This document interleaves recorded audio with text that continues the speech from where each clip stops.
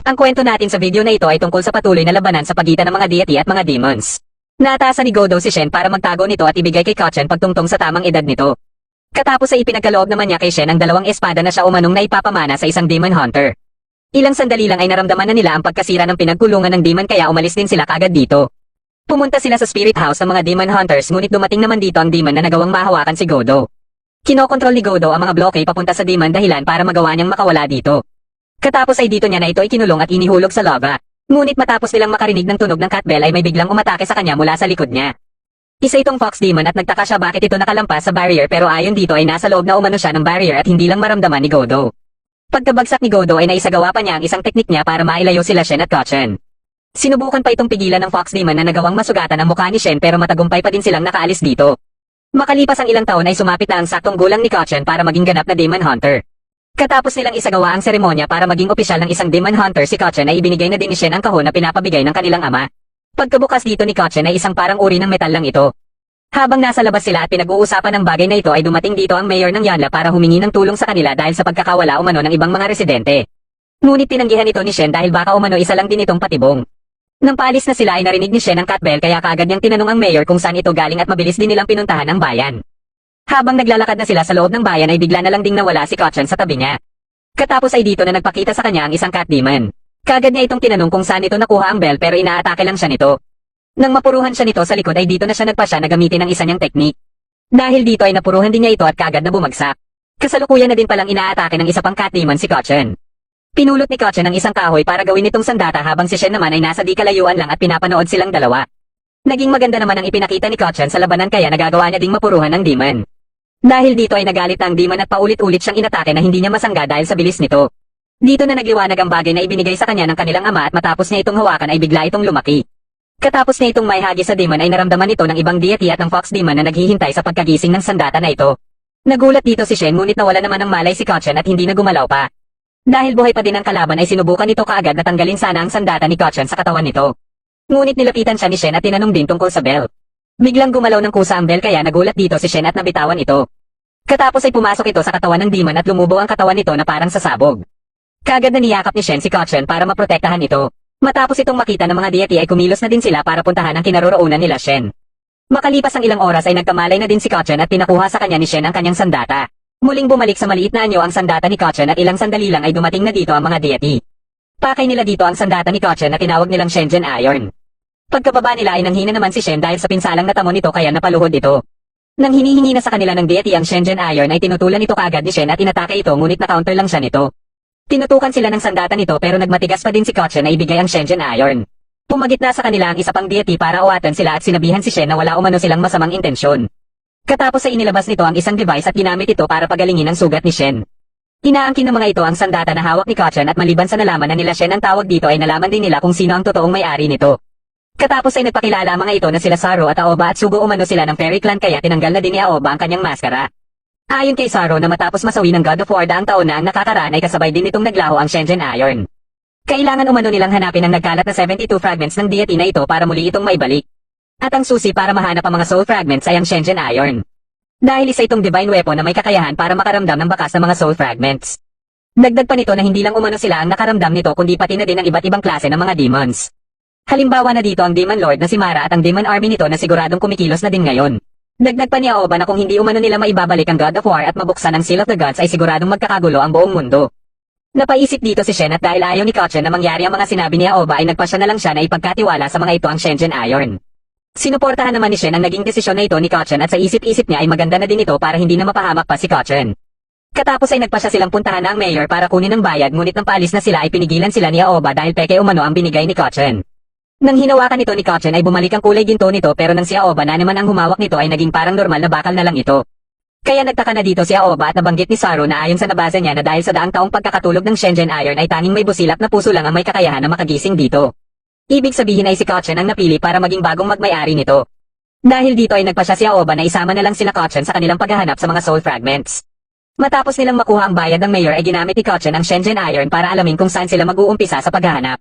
Gamit ang sasakyan nila Aoba na tinatawag na White Dragon ay wala na silang sinayang pa na oras at kaagad na bumiyahe. Habang kumakain sila ay may nadaanan silang isang tao dahilan para ma-activate ang safety brake ng White Dragon at mawalan ito sa kontrol. Matapos nilang malaman mula sa White Dragon na may tao silang nadaanan ay lumabas ng sasakyan si Shen para tingnan ito. Nang makumpirma niyang isa itong babae ay kaagad niya itong pinuntahan na nawala naman ng malay dahil sugatan pala ito. Matapos nilang magamot ang sugat nito ay tinanong ito ni Saro kung saan umano nito nakuha ang sugat. Ayon naman sa babae ay kagagawa nito nang nakasalubong niyang mga bandido nung sinubukan niyang tumakas sa mga ito.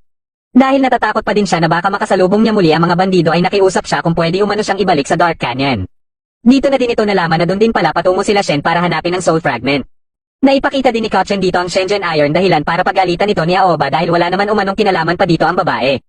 Pagkaalis dito nila Saro at Aoba ay dito na ito tinanong ni Shen sa pangalan nito na nagpakilala namang si Yeng. Kinagabihan habang natutulog na sila ay sinubukan ni Yeng na kunin ang Shenzhen Iron gamit ang kanyang sandata ngunit hinawi lang ito ni Kachen. Kinabukasan ng magising sila Shen at Kachen ay nalaman na lang nila na wala na pala sa sasakyan si Yeng. Dito lang din napagtanto ni Kachen na nawawala na ang Shenzhen Iron dahil matagumpay pala itong nakuha sa kanya ni Yeng. Ipinakita dito ang dahilan bakit gustong-gusto ni Yeng na makuha ang Shenzhen Iron. Ito pala ay utos sa kanya ni Shogo na siyang pinuno ng mga bandido na bumihag sa kapatid niyang si Zien. Nalaman din niya na hawak nito ang isa sa Soul Fragment at ipinakita nito sa kanila kung gaano ito kalakas. Ayon kay Shogo na ang Shenzhen Iron ang pinakamalakas na divine weapon sa Star Realm at kung makukuha niya umano ito pati na din ang kapangyarihan ng God of War ay siguradong susunod sa kanya ang mga demons. Ilang sandali lang ay pinahinto ni Saro ang sasakyan nila dahil may kutob ito na nasa lugar na sila sa kinaroroonan ni Yeng at ng Shenzhen Iron. Dinala sila nito sa tinatawag na Spiderweb Cave kung saan makikita din sa mapa na nasa loob nito ang Soul Fragment na hinahanap nila. Matapos maibigay ni Yeng kay Shogo ang Shenzhen Iron ay nabawi na din ito si Zien. Nilapitan ni Shogo si Yeng at dito na ginamit ni Yeng ang kanyang singsing dahilan para mapabagsak niya si Shogo at mabawi ang Shenzhen Iron. Pagkasugod sa kanya ng tauhan nito ay naunahan niya ito at katapos ay tumakbo na sila.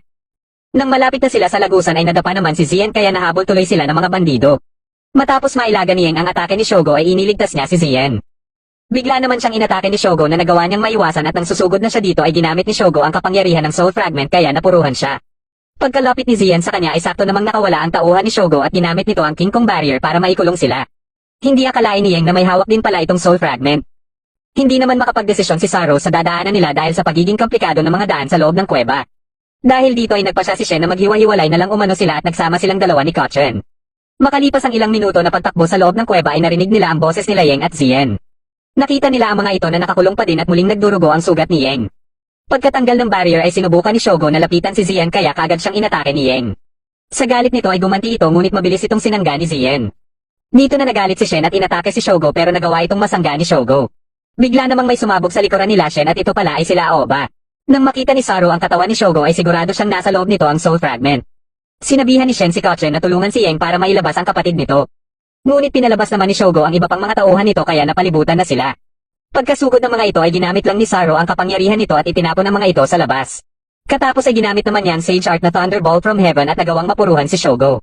Mabilis na binuhat ni Shen si Zien para makalabas na sila dito at habang inaalalayan ni Kachen si Yeng ay ibinalik ni Yeng dito ang Shenzhen Iron. Kinagabihan habang sinusubukan na ni Saro na pagalingin si Zien ay nakita nito na hindi na kayang pagalingin ng Immortal's Magic ang natamong pinsala nito. Pero may naisip pang paraan si Saro para mailigtas ang buhay ni Zien. Ito ay kailangan munang maiselyo ang primordial spirit nito hanggang sa madala nila ito sa kilala nilang kayang pagalingin ito. Pumayag naman dito si Yeng at isinelyo ni Saro ang spirit nito sa singsing niya. Inilagay na din nila sa Shenzhen Iron ang mga soul fragments na nakuha nila. Nakiusap naman sa kanila si Yeng kung pwede itong sumama sa kanila dahil pwede umano siyang makatulong sa kanilang misyon. Pagkadating nila sa Fire City para hanapin dito ang sunod na soul fragment ay tinamaan naman ng lagnat si Kachen na siyang naging epekto bilang may-ari ng Shenzhen Iron dahil sa dalawang soul fragments na nakuha nito. Pero ayon kay Saro na sakaling makarating na sila sa Earth Sage's shop ay may gamot dito na magpapagaling kay Kachen. Nang makarating sila sa shop na tinutukoy ni Saro ay hindi makapaniwala si Shen dahil parang tindahan lang ito ng mga damit. Pagkapasok nila dito ay nakilala nila ang may-ari nito na si Samo at nalaman nila na kaya pala nagtitinda na din ito ng mga damit ay dahil wala na din masyadong immortal ang pumapasok dito. Ilang sandali lang ay dito na pinalabas ni Samo ang totoong mga paninda nito. Kaagad na sinabi niya Oba dito ang Senzu Beans at nang maibigay ito ni Samo ay pinalunok din ito kaagad kay Kachen. Katapos ay tinanong ni Aoba si Samo kung bakit mainit pa din sa lugar na ito kahit matagal nang isinara ang industrial furnace sa syudad na ito. Ayon naman kay Samo ay dahil umano ito sa malaking bulalakaw na bumagsak malapit sa industrial furnace. Katapos ng pangyayaring ito ay hindi na naging normal ang klima dito na tag-init lang palagi at patuloy pa itong umiinit. Sinabihan ni Saro si Kachen na paikot-ikutin ang Shenzhen Iron. Nang ginawa ito ni Kachen ay nakita ni Saro na nagre-respond dito ang bulalakaw. Dahil dito ay malaki ang posibilidad na nasa lugar din na ito ang soul fragment. Nagpasya sila na puntahan ito at sumama din sa kanila si Shen. Nang makarating sila sa base ng Fire Evil Cloud na tinatawag na Grand Flame Castle ay tiningnan muna ni Saro ang lokasyon ng Fire Evil Cloud at nakita din nila na sobrang dami pala ng mga demons dito. Ngunit nagulat na lang sila nang biglang lumikha si Shen ng butas dahilan para harapin kaagad sila ng maraming kalaban. Nang makapasok sila sa sumunod na silid ay napansin ni Shen ang kakaibang mga portraits dito dahil pare-parehong babae lang ang mga ito. Dito na nagpakita sa kanila ang Fire Evil Cloud na si Gogel at siyang may hawak sa isa sa soul fragment. Habang pababa ito ay sinubukan ni Shen na atikihin ito ngunit nakalikha kaagad ito ng apoy kaya napaatras si Shen. Ipinakita dito ang araw ng unang pagkikita nila Gogel at asawa nitong si Haneko. Ito ay nung sinubukan ni Haneko na pigilan ng mandurukot at nang sasaktan na siya nito ay iniligtas siya ni Gogel. Ilang buwan matapos ang kanilang kasal ay nagsimula namang salakayin ng Demon Army ang Fairy Realm. Isang araw nang bumagsak sa kanilang syudad ang mga bulalakaw ay nasilayan pa ni Gogel ang pagbagsak ng pinakamalaking bulalakaw sa gusali na kinaroroonan ni Haneko. Pagkaatake sa kanya ni Aoba ay mabilis lang niya itong nasangga. Dito na nagsimula ang kanilang labanan at nalaman din nila Aoba na kaya pala matindi ang galit ni Gogel sa mga deity ay ito ang kanyang sinisisi sa pagkasawi ni Haneko. Habang inaatake sila nito ay nahulog malapit sa kanila ang Shenzhen Iron dahilan para ma-activate ang King Kong Barrier at nagulat sila nang makita si Kochen. Dito na naikwento ni Saro ang araw ng sinubukan ng Demon Lord na bagsakan ng bulalakaw ang Immortal Palace. Gamit ang nilikhang barrier mula sa kapangyarihan ng mga deity ay naiba ang trajectory nito dahilan para bumagsak ito sa lower realm. Gusto ni Gogel na iligpit si Aoba at nang inatake niya ito ay kaagad na ginamit ni Kochen ang King Kong Barrier kaya nailigtas niya si Aoba. Biglang nakaramdam si Gogel ng kakaiba at unti-unting nagbago ang kanyang anyo na naging halimaw na. Nang matalo naman Nieng ang kalaban nito ay kaagad nitong nilapitan ng Cryonic Core. Ngunit nang kinukuha niya na ito ay hindi niya ito nagawa at naglabas ito ng enerhiya. Naramdaman naman ni Gogel ang enerhiya na nilabas ng Cryonic Core. Dahil dito ay kaagad itong bumalik sa Grand Flame Castle. Balak sana nilang sundan si Gogel para iligtas si Nieng ngunit dahil sa pinsala ni Aoba ay nagpasya si Kochen na siya nalang umano ang pupunta. Dahil dito ay ginamit ni Saro ang kapangyarihan nito para ipadala si Kochen sa kinaroroonan ni Nieng. May pumasok naman sa silid na kinaroroonan ni Nieng kaya mabilis siyang nagtago. Kinuha nito ang Cryonic Core ngunit ilang sandali lang ay dumating na din dito si Gogel. Kagad itong inatake ni Gogel at naglaban silang dalawa. Nagulat na lang si Gogel nang magbago ang hitsura ng kalaban niya at sa isang suntok lang nito sa kanya ay tumilapon siya sa sobrang lakas nito. Katapos ay sinundan pa ito ng isa pang atake dahilan para bumalik na siya sa anyong tao niya. Lumabas na din mula sa kanyang katawan ng soul fragment kaya nakuha din ito ng kalaban. Habang abala ito sa nagbabagsakan ng mga bulalakaw ay biglang inatake ni Kochen ang pinaglagyan nito ng Cryonic Core at ng soul fragment. Nahigop ng Shenzhen Iron ng soul fragment kaya inatake si Kochen ng kalaban at buti na lang ay mabilis itong nailigtas ni Nieng. Dahil hindi mabitawan ng kalaban ng Shenzhen Iron ay pinutol na lang nito ang kanyang braso at nagpa siya na umatras muna. Problema naman ngayon nila Kochen ang mga papalapit na mga bulalakaw. Biglang nagsalita si Gogel at sinabihan sila na kailangan umanong basagan ng Cryonic Core para mapahinto ang mga bulalakaw. Hindi na dito nagdalawang isip pa si Kochen at matapos nitong makuha ang Shenzhen Iron ay kaagad nitong binasag ang Cryonic Core. Dahil dito ay naglaho bigla ang mga bulalakaw at nailigtas nila ang buong syudad. Nagpatuloy sila Kochen sa susunod na kinaroroonan ng Soul Fragment. Habang nasa daan sila ay napansin ni Kochen na parang may bumabagabag kay Saro. Nang makarating sila sa bayan ng Yongha ay nagkaproblema naman ang White Dragon. Pagkalabas ni Saro para tingnan ang problema nito ay napansin na din nila Nieng at Shen ang kakaibang kinikilos nito. Sinubukan nila Shen na samahan si Saro sa malapit na minahan para kumuha ng materyales na kakailanganin nito pero hindi sila pinasama nito dahil makakaabala lang umano sila. Nang makarating si Saro sa pupuntahan niya ay naalala niya ang araw nang may gawin silang misyon kasama ang kanyang grupo sa bayan na ito. Pinasok nila ang isang minahan at nagulat sila sa kanilang nakita dito na parang may matinding labanan na naganap dito. Katapos ay nakita nila ang malaking butas sa gitna at dahil misyon nila dito ay malaman kung ano ang nangyari sa minahan na ito ay pumasok silang lahat dito. Nakita nila dito ang parang mga zombie na kahit anong gawin nila sa mga ito ay hindi ito namamatay. May hinala si Saro na ito siguro ang mga nawawalang mga minero. Dahil padami na ng padami lang ang mga ito ay pinasabugan na nila ito. Nakagat naman ng mga ito ang paa ng isa nilang kasamahan na si Blackhead. Pagkaalis nila dito ay hindi nila alam na may nabuo palang magic circle mula sa dugo ni Blackhead. Nakapagtago sila sa isang silid kung saan may mga kagamitan dito na pwede nilang gamitin para makontak ang headquarters at mag-request ng backup. Inatasan ni Shen si Afu para gumawa nito at makalipas ang ilang minuto ay natapos na ito ni Afu. Ngunit may bigla namang umatake mula sa likod nito na kagagawan pala ng isang corpse ripang beast dahilan para ikasawi ito ni Afu. Kasalukuyan namang ikinikwento ni Aoba ang pangyayaring ito kina Kochen. Habang nangunguha si Saro ng materyales ay nagulat siya nang makita ang magic circle. Ito pala ay isang sacrificial formation na nagbubukas ng daanan sa Demon's Realm. Dito niya na naisip na posibleng sila ang naging sakripisyo sa formation na ito dahilan para mapaluhod siya. Pagkabangon niya ay lumitaw sa harapan niya ang corpse ripang beast at pagkaatake nito sa kanya ay muli niyang naalala ang mga oras nung nilabanan nila ito. Matapos matanggal ng halimaw ang lahat na nilikha niyang harang ay sinubukan niyang labanan nito muli ngunit hindi umuobra dito ang kanyang mga atake hanggang sa bumagsak na lang siya sa sobrang panghihina. Bumangon naman si Gio at isinakripisyo ang sarili nito para mailigtas siya. Katapos ay nagising siya kaharap sila Afu kaya humingi siya kaagad ng tawad sa mga ito dahil nabigo siya na protektahan ang mga ito bilang pinuno nila. Nang kinausap na siya ni Gio ay ipinaalala nito sa kanya na hindi pa umano siya dapat naririto dahil may misyon pa siya na dapat tapusin. Kailangan pa umano niyang alamin ang katotohanan sa likod ng sacrificial formation. Nang magising siya muli ay nasa harapan niya na si Kochen at natunton pala ng mga ito ang kinaroroonan niya dahil sa White Dragon.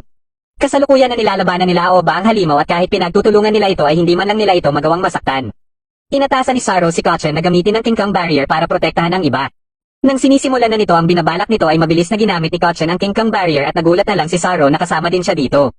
Katapos ay ginamit ni Kotchen ang isa sa kapangyarihan ng Shenzhen Iron at sa sobrang lakas nito ay nabutas nito ang kuweba dahilan para maarawan ang halimaw at unti-unti itong maging abo. Bago sila umalis sa lugar na ito ay nangako si Saro sa dati niyang mga kasamahan na aalamin niya ang nasa likod ng Sacrificial Formation. Katapos ay nagpatuloy na sila papunta ng Divine River. Makalipas ang ilang oras ng kanilang biyahe ay narating na din nila sa wakas ang Divine River. Dahil sa ganda nito ay namangha sila Kotchen dito. Dito lang din nila nalaman na hindi lang pala ito nakapagpapagaling ng sugat at mga karamdaman dahil ayon kay Saro ay may mga tao na nagpupunta dito para humiling at magdasal sa kung ano ang ninanais nila. Kaya madaming tao ang gustong manirahan malapit dito at ito ang dahilan bakit nabuo ang Sandtown. Pero ayon kay Aoba na matapos ang nangyari sa minahan ay tinanggal na ng Fairy Realm ang garrison unit na nakatalaga dito kaya may mga demons na din ang malayang nakakapunta dito. Nang maligo na si Shen sa ilog ay napansin kaagad ni Kotchen ang paghilom ng kanyang mga sugat. Ilang sandali lang ay napansin nila ang isang lalaki sa di kalayuan na si Vogue. Pinakuha ni Shen kay Kotchen ang mga gamit niya at nilapitan niya si Vogue. Nang tinanong niya ito ay hindi muna siya sinagot nito. Pagkadating dito ni Kotchen ay inakala nila na may hinihiling din si Vogue sa Divine River kaya dito na ito sumagot sa kanila. Napansin ni Vogue ang double sword ni Shen at naalala nito ang araw ng nilabanan niya ang dating may-ari ng double sword na si Chitian na kung saan ay natalo siya nito. Pero hindi naman kilala nila Shen at Kotchen ang taong binabanggit niya kaya inakala ng mga ito na nagkakamali lang siya. Kaya sinabi ni Vogue na hindi siya pwedeng magkamali dahil ang double sword na hawak ni Shen ang may kagagawa ng peklat sa mukha niya. Dagdag pa nito na tanging pinakamalakas na Demon Hunter lang ang may karapatan na humawak ng double sword at kung hindi pala umano kamag-anak ni Shen si Chitian ay hindi siya nararapat na humawak dito. Para maipakita ni Shen kay Vogue na karapat dapat siya na humawak ng double sword ay nagpasya siya na labanan ito. Sinubukan silang pigilan ni Kotchen at dito na din dumating sila Aoba. Kinausap ni Aoba si Vogue at sinusubukan itong paalisin ngunit bigla siyang inatake nito na ikinagulat niya. Dito na din nakialam si Yeng at tinawag si Vogue na Impermanent Ghost. Nakilala pala ito ni Yeng dahil hawak-hawak nito ang Dark Bone Sword. Katapos ay iminungkahi niya dito na bigyan muna ng oras si Shen na magpagaling bago umano sila maglaban dahil hindi magiging patas ang kanilang labanan. Pumayag naman dito si Vogue at binigyan si Shen ng 12 oras para magpagaling. Pagkabalik nila sa White Dragon ay dito na din naikwento ni Yeng ang iba pa niyang nalalaman tungkol sa Impermanent Ghost. Para maging pinakamalakas na swordsman ay ninakaw nito ang Black Bone Sword.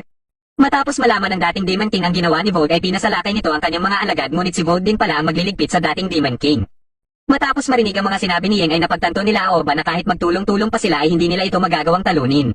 Pero para naman kay Shen ay may paraan pa din para matalo ito dahil kung nagawa ng dating may-ari ng double sword na matalo ito ay malaki ang posibilidad na matatalo din niya ito.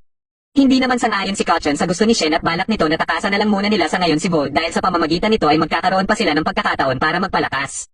Ngunit ayaw ni Shen na takbuhan ito at buo na din ang kanyang loob na lalabanin niya ito. Kinaumagahan bago magsimula ang kanilang laban ay may ginawa muna si Saro sa katawan ni Shen para mas mapabilis ang galaw niya. Pinasalamatan din niya si Yeng sa ginawa nitong silver armor mula sa Spider Silk. Pagkaumpisa ng kanilang laban ay unang umatake si Shen. Ngunit kahit anong bilis na kanyang mga atake ay madali lang itong naiilagan at nasasangga ni Vogue. Hanggang sa umatake na din si Vogue at dito na nakita ni Shen ang kayang gawin ng armor na nilikha ni Yeng. Pero muling umatake si Vogue at nagawa siyang masugatan nito. Sinubukan niya na i-distract ito sa pamamagitan ng buhangin pero nasangga pa din ito ang kanyang atake at nagpatuloy muli ang palitan nila ng kanilang mga atake. Matapos mailagan ni Shen ang atake ni Vogue ay inipit niya ang espada nito at katapos ay inatake ito gamit ang kanyang espada. Akala niya ay napuruhan niya ito ngunit sinangga pala nito ang kanyang atake gamit ang kamay nito. Dahil nakikita na ni Vogue na hindi din dapat maliitin lang si Shen ay ginamit na nito ang legendary ghost swordsmanship. Bagamat nasangga ito ni Shen ay nabiyak naman ni Vogue ang armor niya. Hindi akalain ni Yeng na nadiskubre kaagad ni Vogue ang kahinaan ng silver armor na ginawa niya. Kailangan lang palang atakihin ng paulit-ulit ang isang bahagi sa armor. Kaya ilang sandali lang matapos ang ginawang paulit-ulit na atake ni Vogue ay tuluyan ng nasira ang silver armor. Kahit gayon pa man ay patuloy pa din na nakipagpalitan ng atake si Shen hanggang sa mapuruhan ulit siya ni Vogue. Pero hindi pa din siya sumuko at muling bumangon sa kabila ng natamo niyang pinsala. Dito niya nasinugatan ang kanyang sarili na ikinagulat nila Kotchen. Katapos ay pinadaloy niya ang kanyang dugo sa double sword. Dahil sa ginawa niya ay nalaman kaagad ni Kotchen na blood sacrifice ang teknik na ito. Bigla niyang inatake si Vogue na hindi na nakasangga at mabilis niya itong sinundan ng isa pang atake. Hindi naman makapaniwala sila Saro sa biglaang paglakas niya. Pero ayon kay Vogue ay hindi niya pa din umano naabot ang lakas ni Chitian. Muli na namang naalala ni Vogue ang naging labanan nila ni Chitian. Kaya muli din niyang naalala mga sinabi nito sa kanya tungkol sa kung ano ang kanika nilang mga rason bakit sila nakikipaglaban. Hanggang sa gamitin na ni Chitian ang isa nitong teknik na mapag hanggang sa ngayon ay hindi pa din makalimutan ni Vogue. Pagka-atake muli ni Shen ay natapatan nito ni Vogue dahilan para tumilapon siya sa ilog. Pero muli lang siyang bumangon at wala nang iniisip na iba kundi ang mailigpit ang mga demon. Kaya natutuwa dito si Vogue dahil baka si Shen na umano ang tutupad sa kanyang kahilingan. Muling sumugod si Shen at dahil sa ipinapakita nito ay hindi lang si Vogue ang natutuwa kundi sila Kotchen din. Pero bigla na lang lumapit si Shen sa kinaroroonan nila Kotchen na ikinagulat nila. Katapos ay bigla silang inatake nito na mabilis sinangga ni Kotchen at pagka-atake nito muli ay napatras na silang lahat. Hindi na pala sila nakikilala ni Shen dahil ang tingin na nito sa kanila ay mga demon na din. Nagpatuloy ito sa pag-atake hanggang sa napilitan na si Saro na gantihan ito. Kaagad itong nilapitan ni Kochen pero inatake lang siya nito. Muli itong bumangon para atakihin sila Yang ngunit umaksyon na din si Volt at napuruhan ito dahilan para mawalan ito ng malay. Dito na napanaginipan ni Shen ang araw na magkasama pa ang kanyang ama at si Chitian. Isang araw ay pinuntahan nilang dalawa ang isang bayan kung saan halos hindi na makagalaw ang ibang mga tao dahil sa sobrang pagkagutom. Ilang sandali lang ay bigla nilang narinig ang isang bata na sumisigaw na paparating na umano ang mga Mountain Demon para kainin sila. Hinarap ni Chitian ang mga ito at pagkaatake ng isa dito sa kanya ay mabilis lang niya itong nailigpit. Dito na siya pinagtulong-tulungan hanggang sa maubos niya ang mga ito. Katapos ay pinuntahan niya ang kuweba na kung saan naninirahan ang mga ito at nakita niya ang mga batang Mountain Demon. Nang aatakihin na siya ng matandang Mountain Demon ay naunahan niya ito. Nagmakaawa ito sa kanya na hayaang mabuhay ang mga batang Mountain Demon dahil mga inosente umano ang mga ito. Pagkalabas niya ay sinabi niya kay Godo na pupunta siya sa Underworld. Naniniwala siya na posibleng makita niya dito ang pag-asa para matapos na ang labanan na kinakaharap nila. Pagkadating niya dito ay tumambad kaagad sa kanya ang mga nakahandusay na mga demon. Kagagawan pala ito ni Volt at nang magkaharap sila ay naramdaman kaagad ni Volt ang hindi mabilang na mga kaluluwa ng mga demon sa Double Sword. Dahil dito ay nasabi kaagad ni Volt ang kakayahan ni Chitian na maging isang Diyos. Kaya hinamon niya ito at dito na nagsimula ang kanilang labanan. Makalipas ang ilang taon habang pinamumunuan ni Godo ang mga tao na nailigtas niya mula sa mga demon ay muli silang nagkita ni Chitian na daladala ang sanggol pa lang noon na si Kochen. Sinabi ni Chitian kay Godo na nakasalalay dito ang kapakanan ng lahat. Katapos ay ipinagkatiwala na din ito kay Godo ang Double Sword para ipamana sa susunod na henerasyon ng mga Demon Hunter. Nang magising si Shen ay nasa ilog na siya kaharap si Vold. Pinapanood lang sila nila Kochen at dito na din tinanggal ni Vold ang kanyang espada. Sinabi ni Vold kay Shen na gusto lang niyang makabawi nung hinayaan siyang mabuhay ni Chitian. Pero sa susunod ay hindi niya na ito papalampasin pa at kung dumating na ang araw na karapat dapat ang magmana si Shen ng Double Sword ay doon na sila maglalaban muli. Kaagad na niyakap ni Kochen si Shen at dito na din sinabi ni Shen na napanaginipan niya ang kanilang ama kasama si Chitian. Pagsapit ng hapon at habang hinihintay nila na maayos ang White Dragon ay naisip ni Kochen na baka may kinalaman din ang Shenzhen Iron kay Chitian. Dahil marami na din ang mga katanungan na gusto nilang mabigyan ng kasagutan at hindi lang ang tungkol sa Shenzhen Iron ay naisip nila kung saan kaya nila mahahanap ang mga kasagutan ng mga ito.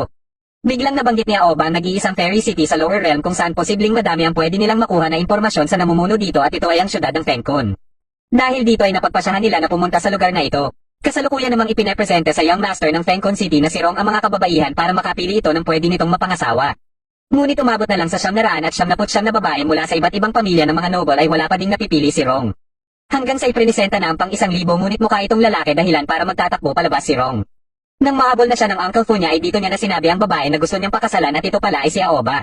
Napansin naman ni Saro na parang may pag-aalinlangan kay Aoba para pumunta ng Fencon City. Nang matanong ito ni Saro ay nabanggit ni Aoba na baka umano masayang lang ang oras nila sa Fencon City. Kaya sinabi na din ni Saro na dahil si Emperor Chongyan ang commander ng Shenzhou ay siguradong marami itong nalalaman. Bigla namang may nadetect ang White Dragon at pumasok din dito si Kochen para ipakita sa kanila na may nadetect din na soul fragment ang Shenzhen Iron. Sigurado sila na nasa malapit lang ito ng Fencon City at ilang sandali lang ay nakarating na din sila dito. Hindi makapaniwala sila Kochen sa ganda at sigla ng syudad na ito. Bago sila makapasok ay isa-isa muna silang inirehistro sa kanilang pagkakakilanlan. Katapos ay bigla nilang narinig ang anunsyo na ikakasal na umano ang Young Master katapos ng 3 araw. Habang nasa pamilihan sila ay nilapitan sila ng mga kawal dahil hinihintay na umano sila ng Young Master na ikinagulat naman nila. Bagamat hindi alam nila Kochen bakit naimbitahan sila ni Rong ay may hinala na si Aoba dito. Pagkadating nila sa palasyo ay ipinaghanda sila ng mga masasarap na mga pagkain. Ilang sandali lang ay dumating na din dito si Rong kaya dito na nila nalaman na si Aoba pala ang magiging bride nito sa magaganap na kasal. Ipinakita dito ang araw nung inaway si Rong ng ibang mga bata sa Fairy Realm School na kung saan ay ipinagtanggol siya ni Aoba. Dito na sila naging magkaibigan kaya napagpasyahan ni Rong na gusto niyang magpakasal sila ni Aoba paglaki nila.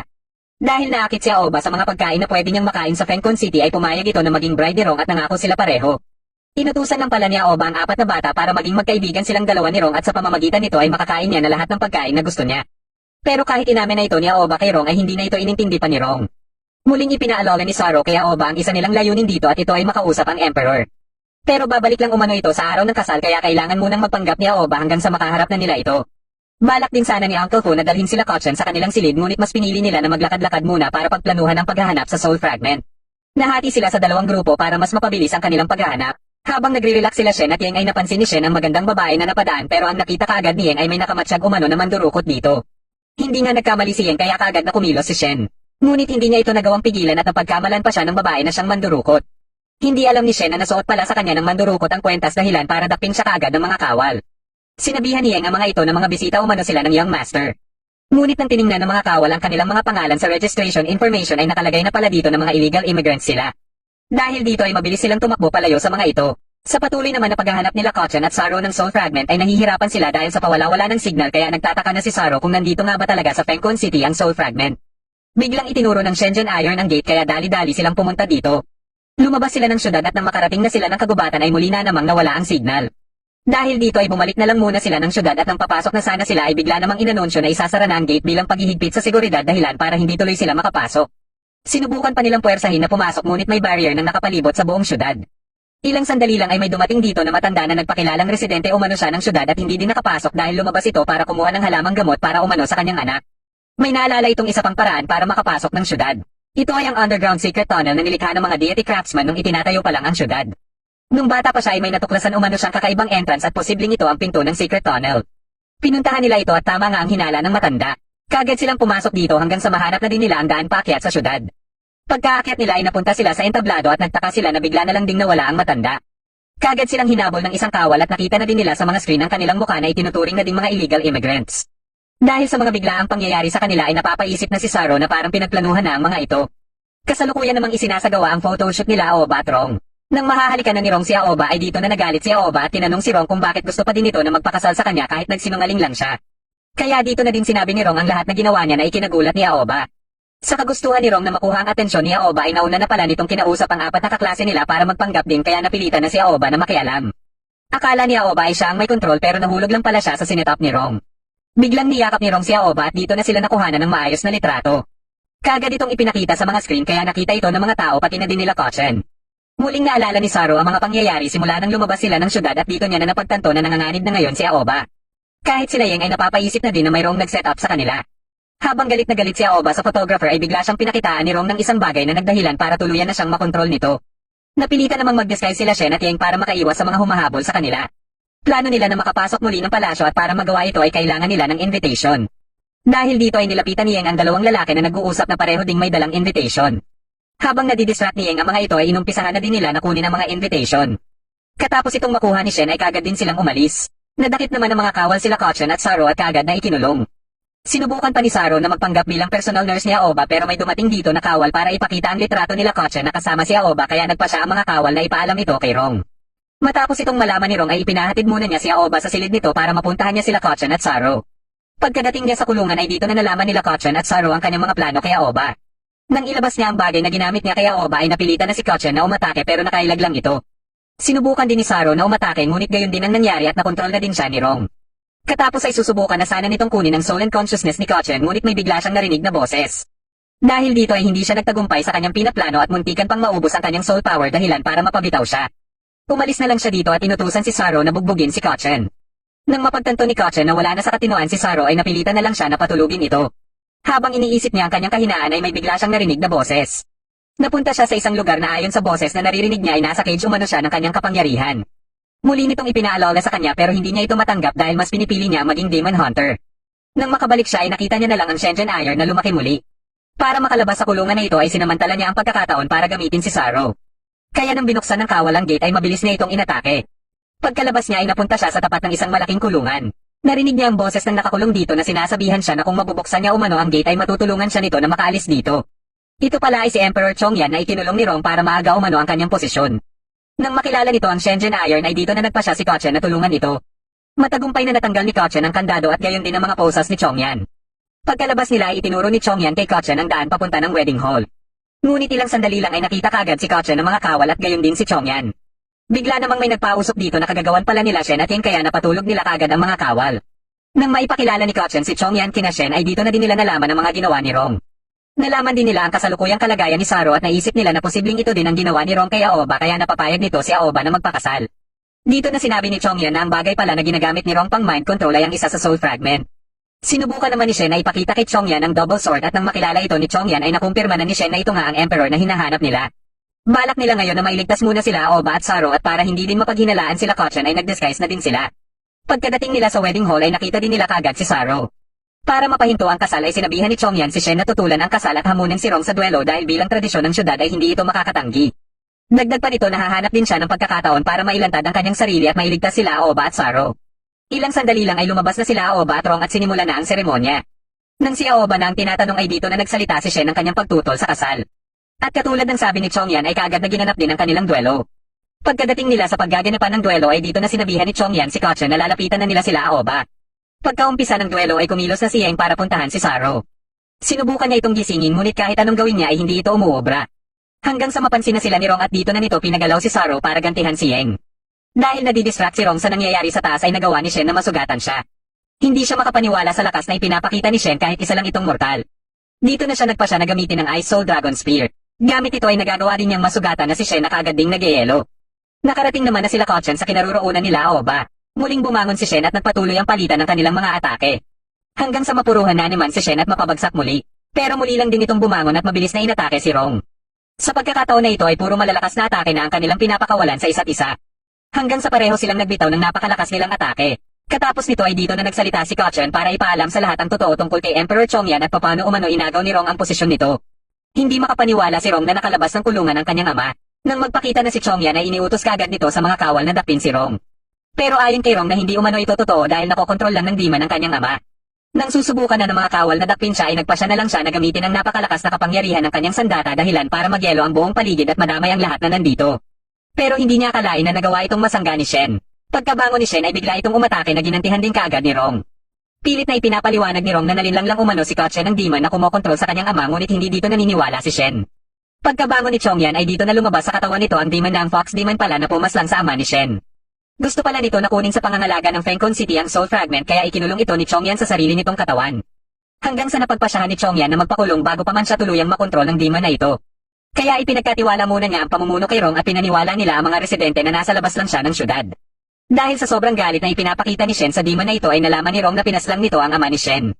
Kaagad na umatake si Shen ngunit bago pa man siya makalapit sa Fox Demon ay ginawa nitong panangga si Kochen dahilan para mapilitan si Kochen na gamitin ang Shenzhen Iron. Katapos ay bigla ding umatake si Rong na mabilis lang naiwasan ng Fox Demon. Dito na pinalabas ng Fox Demon ang matanda na nakilala nila Kochen na siya palang Azura Demon at kaagad na inatake sila Shen at Rong. Pinagtulungan itong kalabanin nila Shen at Rong hanggang sa magpasya na si Rong na ilagay sa kanyang sandata ang Soul Fragment. Sa pamamagitan nito ay nagawa niyang mapigilan ang Azura Demon kaya nagkaroon ng pagkakataon si Shen na mapuruhan ito. Bigla namang inatake ng Azura Demon si Aoba na mabilis sinangga ni Rong. Katapos ay sinugod nito si Aoba kaya dali-daling umaksyon si Rong para pigilan ito. Nagawa ni Rong na mapuruhan ito ng kanyang sandata ngunit napuruhan din siya nito. Sinamantala naman kaagad ni Shen ang pagkakataon para atakihin ito. Dahil alam ni Rong na hindi na din siya magtatagal ay ibinigay niya na kay Aoba ang Soul Fragment. Kaagad na nag-react dito ang Shenzhen Iron at ilang sandali lang ay binawian na ng buhay si Rong. Habang tulala pa si Aoba ay kinuha ng Fox Demon ang Soul Fragment at pinasangga kay Kochen ang atake ni Shen. Bigla namang inatake ni Aoba ang Fox Demon ngunit nasangga ito ni Kochen gamit ang King Kong Barrier. Dahil napuno na si Shen sa patuloy na paggamit ng Fox Demon kay Kochen ay dito na siya nagpasya na gamitin muli ang Blood Sacrifice. Kaagad na kinontrol ng Fox Demon ang Azura Demon para unahan si Shen. Pilit namang sinusubukan ni Shen na hindi siya makontrol muli ng Double Sword. Kaya nang malaman ito ng Fox Demon ay muli nitong ipinaalala kay Shen ang mga oras nung pinaslang niya si Godo. Akala niya ay magtatagumpay na siya sa kanyang binabalak ngunit hindi niya akalain na muling magpapakita kay Shen si Chitian para bigyan si Shen ng payo at ituro paano gamitin ang pinakamatindi nitong teknik. Kaya pagka-atake ng Azura Demon ay matagumpay itong natalo ni Shen gamit ang teknik na ito. Katapos ay kagad niyang nilapitan ng Fox Demon ngunit mabilis naman itong pina-atake si Kochen. Patuloy nitong kinontrol si Kochen para patakihin kay Shen hanggang sa mapuruhan si Shen. Pagka-atake muli ni Kochen ay nagawa pa itong mapigilan ni Shen. Dito na ginamit ng Fox Demon ang 5-finger prison kaya nagulat na lang si Shen paano nito natutunan ang teknik ng mga Demon Hunters. Bago pa ito tuluyang magsara ay mabilis na inihagis ni Shen si Kochen. Sa sobrang lungkot na nadarama ni Kochen ay muli niyang nakausap ang nakatago niyang kapangyarihan. Balak na sana ng Fox Demon na isama si Kochen sa Kuwili Castle ngunit nagulat na lang siya nang maputol ang kanyang mga special wires. Dito na inilabas ni Kochen ang napakatindi niyang kapangyarihan na labis ikinatakot ng Fox Demon. Habang tulala pa ito sa kanyang nakikita kay Kochen ay hindi niya namalayan na inatake na pala siya gamit ang Shenzhen Iron. Wala na itong nagawa pa kaya dito na ito naglaho at ilang sandali lang ay nawalan na din ng malay si Kochen. Pagkabangon ni Chongyan ay nakita niya na lang si Rong na nakahandusay na. Makalipas ang ilang araw habang kasagsagan ng malakas na ulan ay inihatid na nila si Rong sa huling hantungan. Nakita ni Kochen si Shen na nasa di kalayuan na labis pa din ang galit na nadarama habang hawak-hawak ang cat bell. Pagsikat ang araw ay nagpasya na silang magpatuloy sa paghahanap ng iba pang mga soul fragments. Pinayuhan sila ni Chongyan na pumunta sa Zumi Mountain dahil siguradong marami umanong impormasyon ang makukuha nila dito tungkol sa mga soul fragments. Pero sa pagkakaalam ni Saro ay walang direktang daan papunta dito kaya dito na ginamit ni Chongyan ang kanyang kapangyarihan para magbukas ng portal. Katapos ay sinabihan nito si Aoba na palagi umanong bukas ang pinto ng Fengkon City sa kanya kaya nangako din si Aoba na babalik siya dito. Dito na nagtatapos ang huling episode ng The Guardian Legend.